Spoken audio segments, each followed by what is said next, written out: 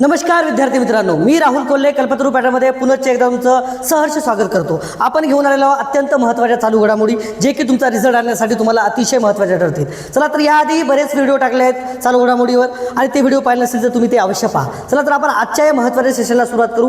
पहा पहिला क्वेश्चन काय आहे। पाण्यामध्ये अंत्यसंस्कार करण्यास परवानगी देणारा जगातील पहिला देश। जे काही आंतरराष्ट्रीय चालू घडामोडी आहेत तर अशा स्वरूपाचे प्रश्न विचारतात। ओके, जे की अंत्यसंस्कारासाठी परवानगी कुठे दिली त्यांनी? पाण्यामध्ये।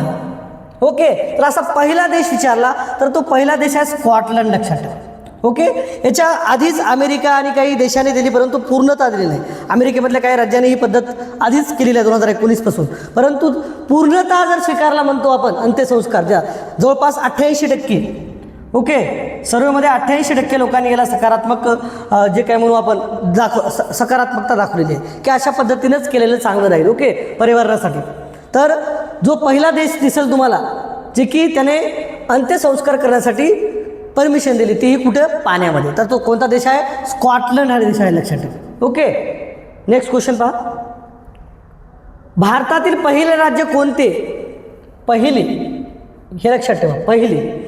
भारतातील पहिले राज्य कोणते ज्याने ज्येष्ठ नागरिकांसाठी स्वतंत्र आयोगच निर्माण केला?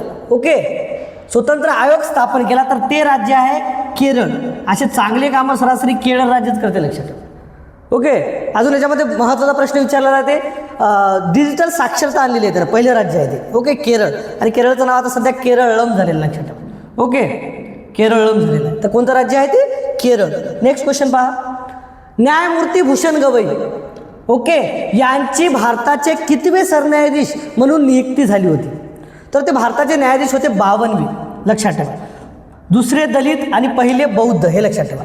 इथे हा प्रश्न विचारू शकतात, पहिले बौद्ध होतं ते, लक्षात ठेवा, पहिले बौद्ध न्यायाधीश। ओके, तर हे प्रश्न एक विचारू शकतात। आणि दुसरे दलित, पहिले बौद्ध आणि दुसरे दलित, तर यावर दोन्ही प्रश्न विचारू शकतात वेगवेगळ्या स्वरूपात। ओके, दुसरे कोण होते? ते दलित। आणि कितवे? 52वे सरन्यायाधीश, लक्षात ठेवा। ओके, तर आपल्याला 50वे माहीत पाहिजे। 50वे जर विचारू शकतात, प्रश्न टाकू शकतात। ओके, 50वे न्यायाधीश कोण म्हणून? तर 50वे होते धनंजय चंद्रचूड। ओके, धनंजय चंद्रचूड, जे की राम मंदिराचा आपण निर्णय पाहतो यांच्याच कार्यकाळात झाले, धनंजय चंद्रचूड। ओके, त्यानंतर 51वे जर पाहतो म्हटलं आपण, ओके, 51वे जर म्हटलं तर संजीव खन्ना। कोण आहेत? संजीव खन्ना। 51वे कोण आहेत? संजीव खन्ना।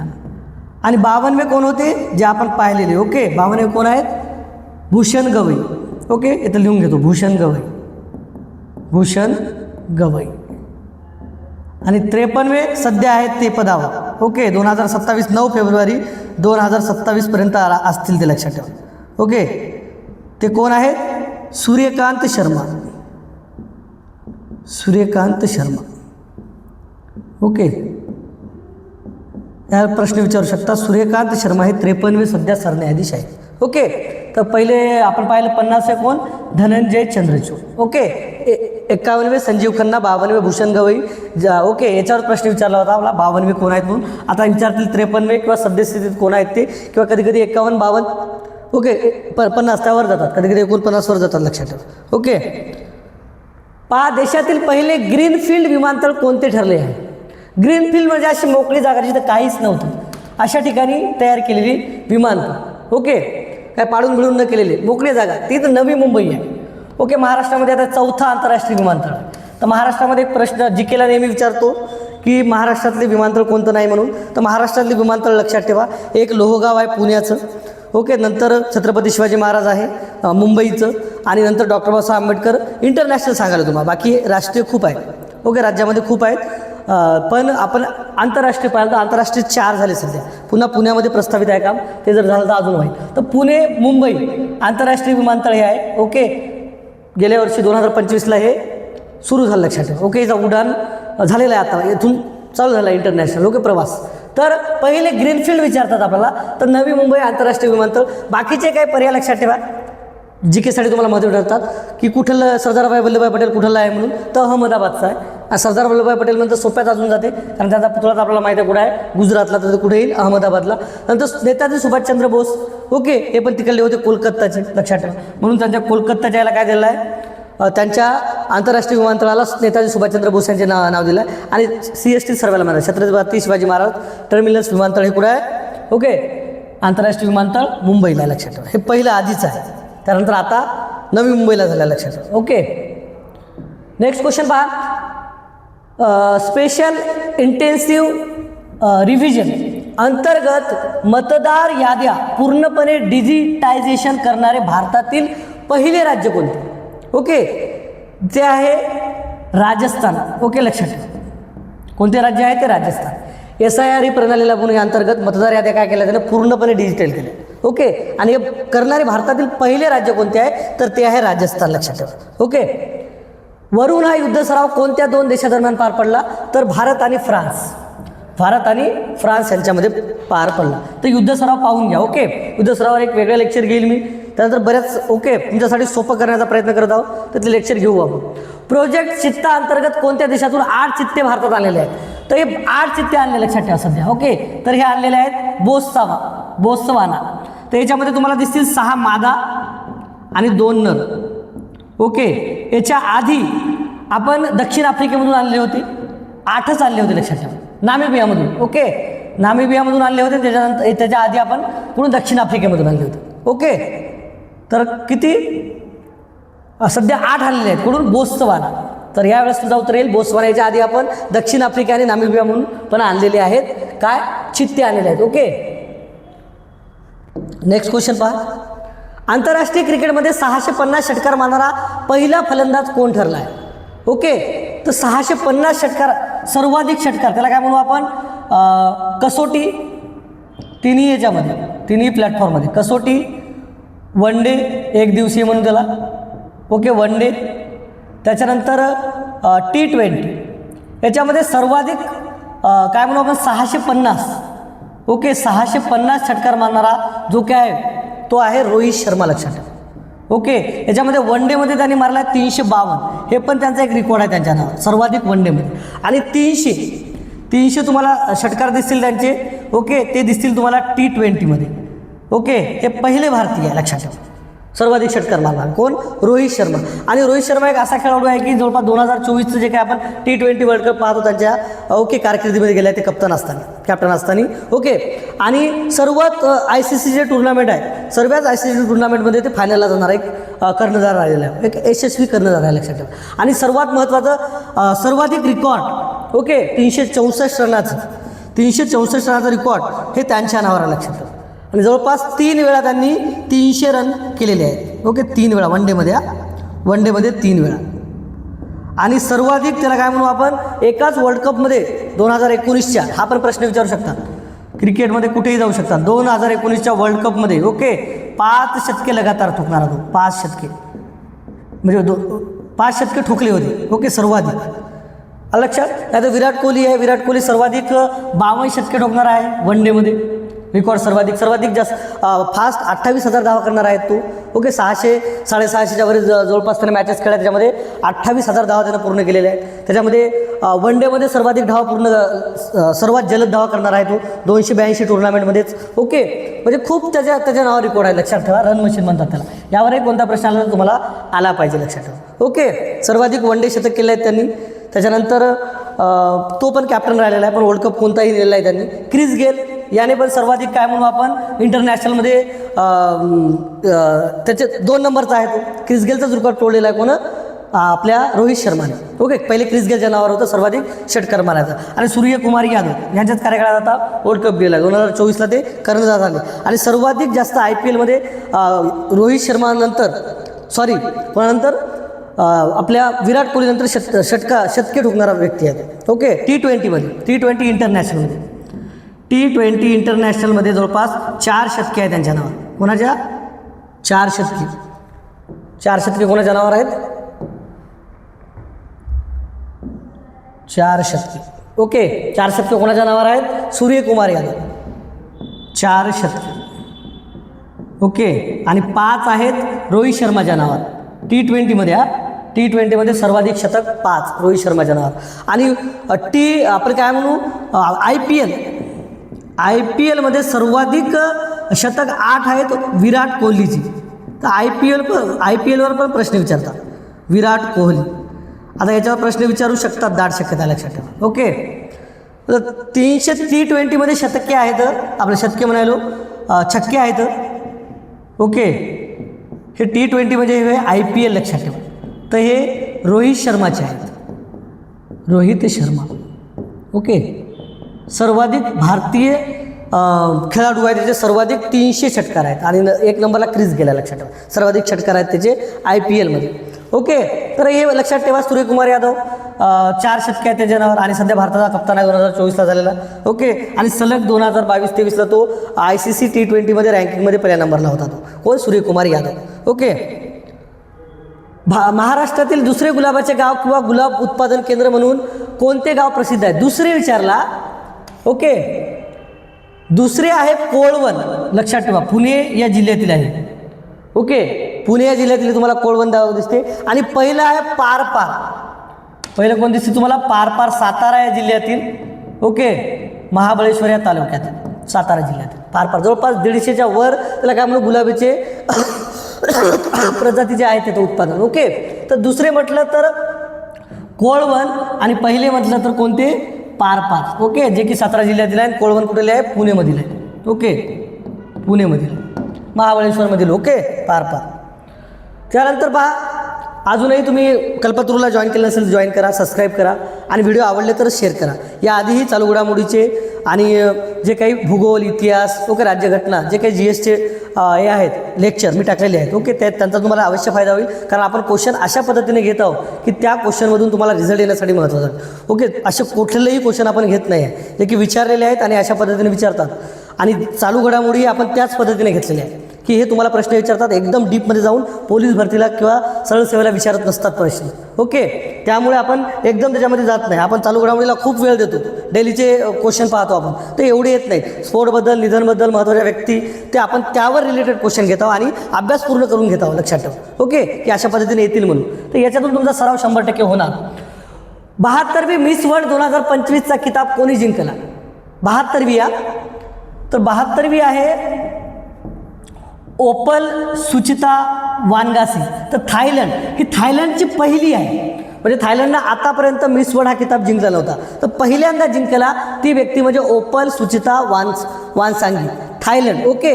आणि याच्या आधीची 71वी आहे, लक्षात ठेवा, क्रिस्टिना पिस्कोवा, चेक प्रजासत्ताक. हिनेच तिच्या याच्यावर मुकुट ठेवला. ओके. आणि मानुषी छिल्लर, ही मानुषी छिल्लर 2017वी, आपलं 2017 साली झाली, लक्षात ठेवा. 2017मध्ये मानुषी छिल्लर जवळपास 17 वर्षानंतर, जे की आपण पाहतो प्रियंका चोप्रानंतर. ओके. पहिली रीटा भारी आहे 1966ला. नंतर 1994ला ऐश्वर्या राय आली, डायना एडन आली. नंतर ओके.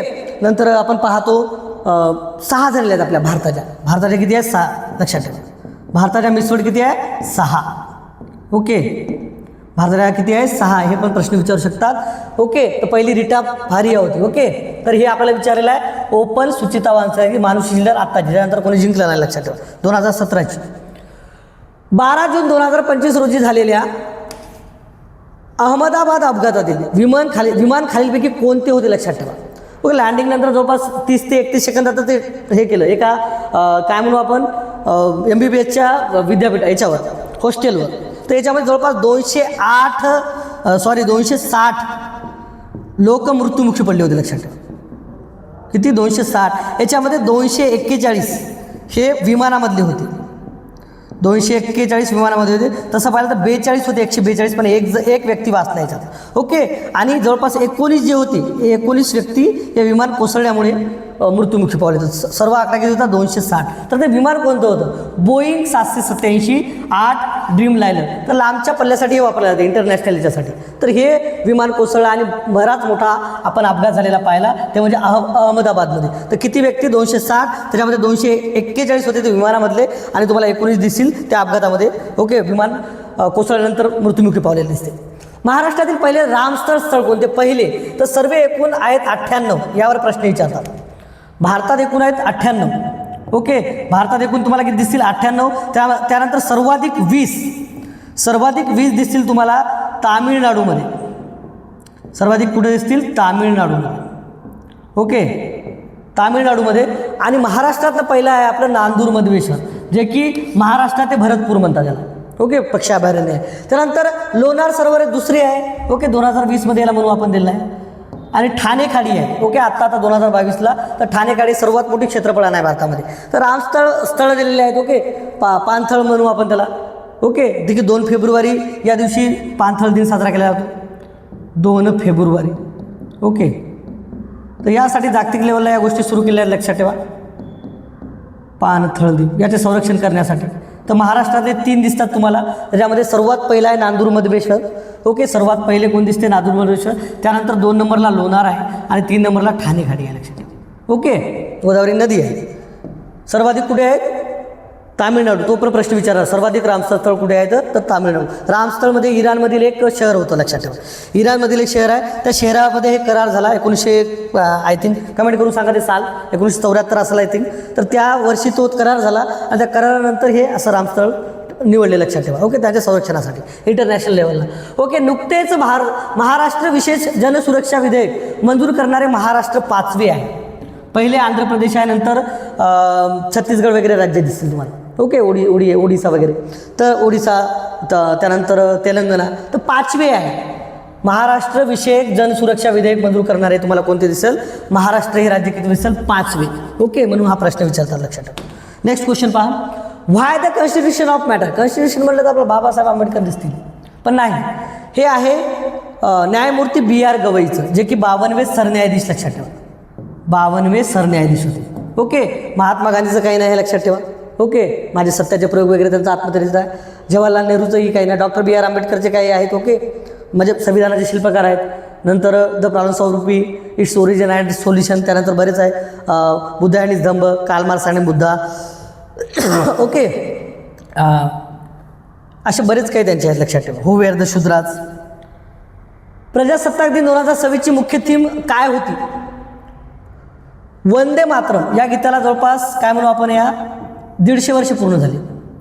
तर त्या पिक्चरचं आपण काय म्हणू, यावर्षीचं जे काही मुख्य थीम होती, विषय होता, तर तो वंदे मातरम आणि आत्मनिर्भरतेचे प्रतीक होता, लक्षात ठेवा. लोकशाहीची जननी आणि विकसित भारत हे जवळपास 2024ला होते, लक्षात ठेवा. ही थीम कधी होती? 2024ला. आणि 2023ला तुम्हाला दिसेल नारी शक्ती. ओके, तर ही नारी शक्ती 2023ला होती. याचं उत्तर आहे वंदे मातरम 2026ला. आत्मनिर्भरतेचे प्रतीक, कारण 150 वर्ष काय म्हणू आपण, वंदे मातरम या गीताला झाली होती, लक्षात ठेवा. पूर्ण म्हणून त्या पिक्चरचा ठेवल्या. ओके, नेक्स्ट क्वेश्चन पहा. बीजिंग चीन येथील भारतीय दूतावासात कोणत्या पुतळ्याचे अनावरण करण्यात आले? बीजिंगमध्ये. ते जवळपास 100 वर्ष पूर्ण झाले त्यांच्या याला. ओके, ते गेले होते.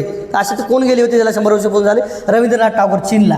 म्हणून त्यांनी काय केलेलं आहे, ते दूतावासास काय केलं आहे, पुतळ्याचे अनावरण केलं आहे रवींद्रनाथ टागोरचे. ओके, त्यांच्या 100वी शताब्दी जे गेले होते ते चीनला, त्याच्यानिमित्त. ओके, बाकी सुभाषचंद्र बोस वगैरे नाही आहे. नेक्स्ट क्वेश्चन पहा. रॉब जेटन यांचे कोणत्या देशाचे पहिले समलिंगी पंतप्रधान म्हणून? तर नेदरलँड्स. अमेरिका वगैरे या देशाला राष्ट्राध्यक्ष असतात, पंतप्रधान नाही. नेदरलँड जे की पहिले समलिंगी पंतप्रधान आहेत. ओके, तर हे प्रश्न विचारू शकतात. असे क्वेश्चन इंटरनॅशनल लेवलला विचारू शकतात. या गोष्टी माहीत पाहिजेत. समलिंगी पंतप्रधान. दादासाहेब फाळके आंतरराष्ट्रीय चित्रपट महोत्सव 2025मध्ये कोणत्या चित्रपटाला सर्वोत्कृष्ट चित्रपट हा बहुमान मिळाला? तर स्त्री या चित्रपटाला मिळाला. ओके, त्याच्यानंतर जे काय कार्तिक आर्यन आहे, कार्तिक आर्यनला अभिनेत्याचा उत्कृष्ट अभिनेता कार्तिक आर्यन. ओके, चंदू चॅम्पियन या चित्रपटासाठी. चंदू चॅम्पियन.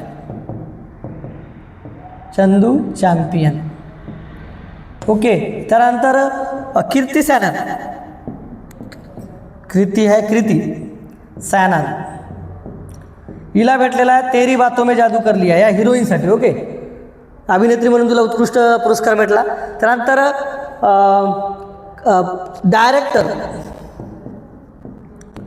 डायरेक्टर म्हटलं बेस्ट डायरेक्टर तर कबीर खान भेटला, कबीर खानला, लक्षात ठेवा. ओके, हे डायरेक्टर कविता. इथं आपल्याला विचारायला पिक्चर, तर पिक्चर आहे स्त्री 2. दादासाहेब फाळके आंतरराष्ट्रीय चित्रपटात 2025 कोणत्या चित्रपटाला सर्वोत्कृष्ट चित्रपट मिळाला, तर तो मिळाला स्त्री 2ला. सर्वोत्कृष्ट अभिनेता म्हटलं तर कार्तिक आर्यन चंदू चॅम्पियनसाठी, आणि सर्वोत्कृष्ट अभिनेत्री म्हटलं तर कीर्ती सॅनन तेरी बातों में ऐसा जादू कर लिया. ओके, ते गाणं बी आहे तुम्हाला माहीत आहे, ऐसा उलझा जिया. महाराष्ट्रातील पहिले राष्ट्रीय सागरी उद्यान कुठे स्थापन करण्यात आलेलं आहे, सागरी उद्यान, तर ते आहे मालवण सिंधुदुर्ग. ओके, गुहागर वगैरे नाही, बोरिवली संजय गांधी राष्ट्रीय उद्यान आहे, तर हे काय मालवण, महाराष्ट्रातील पहिले राष्ट्रीय सागरी उद्यान, तर मालवण सिंधुदुर्गला एक पहिले उभारलेलं लक्षात ठेवा. ओके, स्थापन करण्यात आलेलं आहे राष्ट्रीय सागरी उद्यान मालवण सिंधुदुर्गला. भारतातील सर्वात लांब राष्ट्रीय महामार्ग कोणता, NH44. हे पहिले NH7 म्हणून गणले जायचं, 2010ला नाव चेंज केलं आहे. NH44 जवळपास 4112 किमी आहे, लक्षात ठेवा. किती, 4112, जवळपास 11 राज्य आणि केंद्रशासित प्रदेशामधून जातो हा. ओके, 11 राज्य आणि केंद्रशासित प्रदेश उत्तरेतून राहतो. ओके, कुठून, जम्मू काश्मीर, त्याच्यानंतर दिल्ली, पंजाब, उत्तराखंड, उत्तर प्रदेश, त्याच्यानंतर दक्षिणेकडे तेलंगणा, आंध्र प्रदेश, जवळपास असे किती राज्य आहेत, 11 राज्यामधून जातो. महाराष्ट्रामधून मी जातो, लक्षात ठेवा. कुठे कुठे त्याची लांबी काय दिली आहे माहिती आहे का, 3745. ओके, ते दोन्ही तुम्हाला कन्फ्यूज करतील, तर सध्या हे दाखवत आहे 4112. तर NH44, NH07. ओके, NH4चा काही भाग आहे NH80 गेला आहे, लक्षात ठेवा. ओके, NH4 म्हणजे मुंबई ते कुठे जड्या दिल्ली, आणि हे दिल्ली ते चेन्नई, हे मुंबई ते चेन्नई, आणि हे दिल्ली ते चेन्नई. ओके, तेवढं काही विचारलं नाही, पण लक्षात ठेवा. पहिल्यातलं महत्त्वाचं काय आहे की सर्वात लांब विचारला तो आहे NH44, जुनं नाव काय NH7 म्हणजे NH7. ओके, NH7 पहिले नाव होतं. नेक्स्ट क्वेश्चन पहा, पुढे गेलो काय, नो पहा. नेक्स्ट क्वेश्चन, 2025 पार पडलेली 17वी ब्रिक्स नावातच आहे, BRICS, BRICS. Okay, Brazil, okay, Russia, okay, India, त्याच्यानंतर चीन, चायना, ओके, आणि हे आहे नंतर दक्षिण आफ्रिका. ओके, दक्षिण आफ्रिका ही 2010 समाविष्ट झाली होती, लक्षात ठेवा. पहिले 2009ला हे होते बाकीचे. ओके, 2009ला. त्यानंतर 2024ला याच्यामध्ये इजिप्त वगैरे झाला, इथिओपिया झाला, इराण झाला, आणि संयुक्त अरब अमिराती असे 4 देश सहभागी झाले. आता जवळपास 11-12 देश आहेत त्यामध्ये. ओके, कोणकोणते, इथिओपिया झाला, इजिप्त झाला, इराण झाला, आणि संयुक्त अरब अमिराती झाला. ओके, तर ब्रिक्स ही संघटना आहे. ओके, आणि तिचं काय म्हणते 17वी ब्रिक्स परिषद कुठं भरली, रिओ दी जेनेरिओ की जोहान्सबर्ग. ओके, रिओ दी जेनेरिओ, लक्षात ठेवा. रिओ दी जेनेरिओ ब्राझीलमध्ये. कझान येथे भरली होती 16वी, कझान रशियामध्ये 16वी, नवी दिल्लीला 13वी भरली होती, आणि जोहान्सबर्गला 15वी आहे असं आहे, लक्षात ठेवा. ओके, आणि आता 18वी भारतामध्ये आहे, लक्षात ठेवा. याच्यावर प्रश्न, 18वी कुठे आहे, ओके, होणारी तर भारत. 13वी झाली आहे नवी दिल्लीला, लक्षात ठेवा. नेक्स्ट क्वेश्चन पहा, बाललैंगिक अत्याचाराचे खटले चालण्यासाठी महाराष्ट्रातील पोक्सो एक डेंजर कायदा आला आहे. ओके, बाललैंगिक अत्याचाराचे प्रमाण अत्यंत वाढलेले आहे, आणि ते खटले चालवण्यासाठी महाराष्ट्रातील पहिले न्यायालय कुठे उभारण्यात येणार आहे, तर ते पुणेमध्ये उभारण्यात येणार. लक्षात, जवळपास 6000 केसेस पेंडिंग आहेत. ओके, 2 ते 3 मजली इमारत आहे, मोठीच्या मोठी करायला, आणि पुण्यामध्ये जवळपास 6 न्यायिक खंडपीठ आहेत, म्हणजे 6 न्यायाधीश राहतील त्यात. ओके, पुण्यामध्ये. तर काय आहे, बाललैंगिक पोक्सो या संबंधित पहिलं न्यायालय पुणे येत आहे, लक्षात ठेवा, पुणे. ओके, हा प्रश्न येऊ शकते, अत्यंत महत्त्वाचा क्वेश्चन. भारतातील स्त्रीसृष्टीतील योगदानाबद्दल पद्मपाणी म्हणजे जे आपण म्हणतो अजिंठा येथील एक गृहचित्र आहे, एकदम अत्यंत त्या काळात जवळपास 600-700 काळामध्ये गेलेला अजिंठा वेळूर. आणि अजिंठा आणि वेळूर जे काही आंतरराष्ट्रीय चित्रपट पुरस्कार असतात, त्या 11व्या पुरस्कारामध्ये हा पुरस्कार दिला आहे 2026चा. तर तो इलायराजा या ज्येष्ठ संगीतकाराला, संगीत क्षेत्राबद्दल दिला जातो हा. तर हा पुरस्कार 2026चा कोणाला वाटला, इलायराजा. ओके, पद्मपाणी पुरस्कार जवळपास 2 लाख आणि मानपत्र दिले जाते, याचं बक्षीस आहे. ओके, तर इलायराजा आहे, लक्षात ठेवा संगीताबद्दल. नेक्स्ट क्वेश्चन पहा, कोणत्या भारतीय गायिकेचे नाव गिनीज बुक ऑफ वर्ल्ड रेकॉर्डमध्ये नोंदवलेलं आहे? कोणत्या भारतीय? आशा भोसले. जवळपास 11,000 गाणे गायले आहेत त्यांनी. किती? 11,000. जवळपास 20 भाषामध्ये. आणि पहिल्या लता मंगेशकर होत्या. ओके, 1974 मग यांचं मी नाव गेलं होतं, लक्षात ठेवा.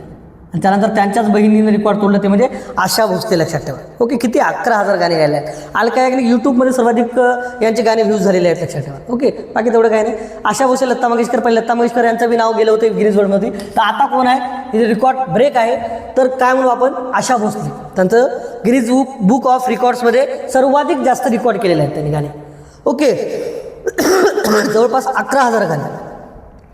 भारतातील पहिला AI जिल्हा तर सिंधुदुर्ग आहे, लक्षात ठेवा. पहिला AI जिल्हा कोणता आहे, सिंधुदुर्ग. सर्वात साक्षर जिल्हा सिंधुदुर्ग, लक्षात ठेवा. ओके, सर्वाधिक कमी लोकसंख्येचा जिल्हा महाराष्ट्रातील सिंधुदुर्ग. त्यानंतर कमी घनतेचा 2 नंबरचा जिल्हा सिंधुदुर्ग. सिंधुदुर्गचा मी व्हिडिओ बनवलेला आहे. ओके, जिल्ह्याचा ज्याचा कोणाचा पेपर असेल ते पाहून घ्या, सिंधुदुर्ग जिल्हा. ओके, त्याच्या बाहेरचा प्रश्न जाणारच नाही. भारतातील पहिले संविधान भवन कोठे उभारण्यात येणार आहे. पहिले संविधान भवन, लक्षात ठेवा, पिंपरी चिंचवड. पहिले संविधान भवन आणि येतच काय म्हणू आपण, विपස්සना केंद्र पण सुरू होत आहे पिंपरी चिंचवडमध्ये. आणि पहिले संविधान काय म्हणू, प्रस्तावना पार्क, याच्यावर प्रश्न विचारतात. संविधान प्रस्तावना पार्क नागपूर येथे उभारलेलं आहे, लक्षात ठेवा. ओके, आणि पहिले संविधान भवन म्हणलं तर आपण पिंपरी चिंचवडला उभारलं आहे. ओके, नेक्स्ट क्वेश्चन पहा. मोबाईलवर मतदान सुरू करणारे भारतातील पहिले राज्य कोणते बनलेले आहे, तर बिहार बनलेले आहे. आणि नगरपालिकेच्या निवडणुकीमध्ये असा प्रयोग केलेला आहे. ओके, तर मोबाईलवरच मतदान सुरू करणारे तर कोणतं राज्य आहे, ते बिहार राज्य, लक्षात ठेवा. ओके, मागासलेलं आहे पण असं काम केलेलं आहे बिहार, म्हणून आपण केरळ वगैरे असं म्हणाल, पण बिहार राज्य, लक्षात ठेवा. ओके, महाराष्ट्रातले मोबाईलवर म्हणजे भारतातले मोबाईलवर मतदान सुरू करणारे पहिले राज्य तर ते कोण आहे, बिहार. सर्वाधिक कमी साक्षर असलेले, सर्वाधिक गरीब राज्य. ओके, सर्वाधिक गुन्हेगारी पार्श्वभूमी बिहारमध्ये आहे. भारतातील पहिला सर्वाधिक जास्त IAS पण बिहारमधूनच होतात. भारतातील पहिला बालविवाह मुक्त जिल्हा कोणता आहे, बालोद आहे, छत्तीसगडमधला. सर ओके, जवळपास 2 वर्ष झाली. याच्या जवळपास 436 ग्रामपंचायती येतात बालोद जिल्ह्यामध्ये आणि जवळपास 9 नगर परिषद आहे, नगरपालिका म्हणू आपण त्याला. ओके, नगर संस्था. तर त्याच्यामध्ये आत्तापर्यंत 2 वर्षासाठी एकही काय म्हणू आपण बालविवाह झालेला नाही. तर ते बालोद जिल्हा आहे, इंदोर मध्य प्रदेशचा आहे, बिलासपूर जिल्ह्याचा आहे, पुणे महाराष्ट्राचा, लक्षात ठेवा. ओके, देशातील पहिल्या दृष्टीहीन महिला न्यायाधीश कोण ठरले आहेत, दृष्टीहीन, तान्या नाथन सी. दृष्टीहीन आहेत, लक्षात, केरळचे आहेत ते. ओके, पहिल्या दृष्टीहीन, कारण 2025 निर्णय दिला न्यायालयाने की दृष्टीहीन न्यायाधीश होऊ शकतो म्हणून, आणि तो पहिल्या झाल्या Tanya Nathan C. BV Nagarathna ह्या आता सर्वोच्च न्यायालयाच्या पहिल्या सरन्यायाधीश होऊ शकतात 2027ला. ओके, सूर्यकांत शर्मा यांच्यानंतर पहिल्या सरन्यायाधीश होऊ शकतात. सध्या हे सर्वोच्च न्यायालयाच्या न्यायाधीश आहेत. त्यानंतर हिमा कोहली या माजी न्यायाधीश आहेत आणि मुंबईच्या मुख्य न्यायाधीश होते. आता सध्या निवृत्त झाले आहेत. आणि बेला त्रिवेदी सध्या न्यायाधीश आहेत. आता हिमा कोहलीवर प्रश्न विचारू शकतात.